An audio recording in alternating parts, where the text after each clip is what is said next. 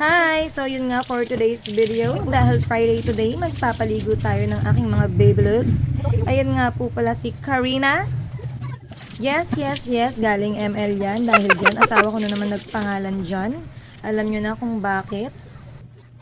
At ayun nga, sadya naman talagang napagkakulit nitong si Karina.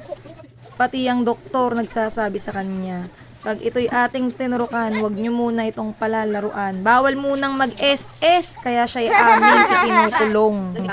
Dahil bawal siyang magharot, pero itong si Karina sa nakakainis. Tumatalon sa kanyang kulungan para makipaglaro kay Harley Boy. At ayan, syempre, hindi lang tao dapat ang nagtutoothbrush. Pati ang aso para pag humalik, kahit papano, mabango. Yung nanggigigil ka rin naman talaga sa sarili mong aso. Binili mo ng mahal tapos nung napaliguan mo, naging daga. Ay, mukhang nalugi ako rito Pero hindi naman, sadyang napagka-cute lang. Cute naman talaga, Tapos, ayan, bibilangan natin siya at alam niya na ang kanyang gagawin. Pati loob ng tenga, kailangan nating tuyuin. Nang sa ganon, hindi mangamoy. At hindi madaling bumaho ang kanyang tenga. Tuyong-tuyo dapat. At ito nga pala si Harley Boy. Syempre, ang nagpangalan niyan ay ang aking asawa uli.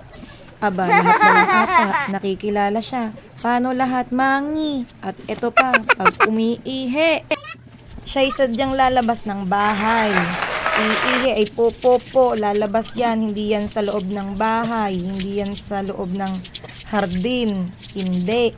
Doon talaga siya lalabas. At ang kinagandahan, pagkatapos niyang lumabas, isang tawag mo lang sa kanya. O sige, gawin na nating tatlo. Harley! Harley! Harley! Ayan na, ang taas. Saka bumabalik. Let's see. Siyempre, aba naman, kailangan din mag-toothbrush ni Kuya Harley. Sa pilitan man yan, mag-toothbrush at mag-toothbrush pa rin yan. Buti nga si Harley naliligot, nagtututbrush. Yung nanonood kaya, kamusta ka? May tubig ba sa inyo? Ay. Yung nakakatuwang mag-voice over, hindi mo alam kung saan papunta yung tono ng voice mo. Well, wala akong magawa.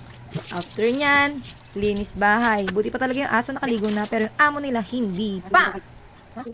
At sanay din yung aso ko na binibilangan mong sadya kapag pinupunasan. Kasi alam niya yan hindi talaga siya yung tipong nakikipagmakulitan. Talagang inaantay niyang matapos yung tenga niya, yung mukha niya, yung baba niya, yan, yung leeg niya. At yun nga, hindi ko na na-blower dahil natuyo na sila sa sobrang kulit nila at inabot na rin ako ng gabi. Ang dami kong pinagagawa. Ayan, pababanguhan ko na lang sila. Ito pang isa, napasaway, ayaw magpakita. Highs! Hanggang dito na lang, Harley and Karina! Mamorlog. Ay, gising pa pala.